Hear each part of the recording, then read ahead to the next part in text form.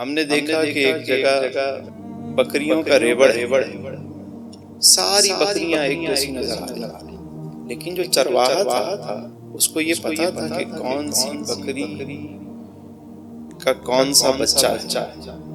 اس سے جب پوچھا تو اس نے ساری ڈیٹیل بتا کہ یہ فلاں بکری کا بچہ ہے، یہ اتنے مہینے کا ہے، یہ اس نسل سے ہے، اس نے اتنے بچے دیے، اس کا باپ یہ ہے۔ ہم دیکھ رہے ہیں تو ہمیں ساری بکریاں بکرے ایک جیسے نظر آتے ہیں، ریوڑی تو پتہ چلا کہ دیکھنا اور ہے، مشاہدہ کرنا اور ہے، اور اس کا عرفان حاصل ہونا یہ اور ہے۔ اب سوال یہ پیدا ہوتا ہے کہ عرفان حاصل کیسے، یہ ملتا کیسے؟ تو بہت سمپل کہ جب کوئی عام سا عمل کسی کے لیے خاص ہو جائے تو اسے عرفان حاصل ہو جاتا ہے۔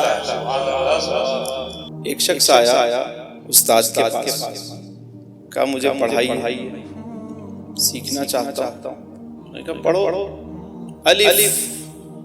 اس نے پڑھا الف، کہا آگے، کہا اسی کو پکا کر کے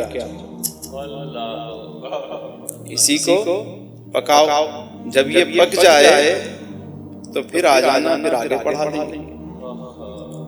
تو وہ کہنے لگا حضور اس کو پکائیں کیسے؟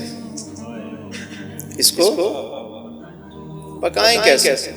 فرمایا کہ پکنے کا پتہ جب چلے گا تمہیں، یہ جب پکے گا کہ تم الف الف الف پڑھتے رہو، تکرار کرتے رہو، اسی پہ غور کرتے رہو، اور جو تمہارے گھر کے پاس دریا ہے اس پہ پاؤں رکھ دو، جب تمہیں دریا راستہ دے دے تو سمجھ جانا الف پک گیا ہے۔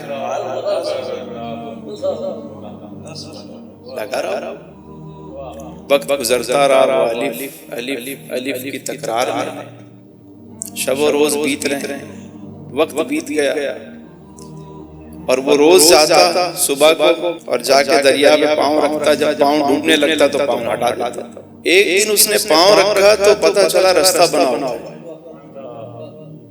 پہنچ گیا استاد کے پاس، کہا استاد جی الف پک گیا ہے،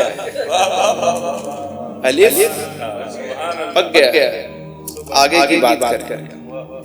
عرفان کسی ایک شے سے حاصل ہوتا ہے، جب اس کو آپ اس عام عمل کو آپ خاص بنا لیتے ہیں،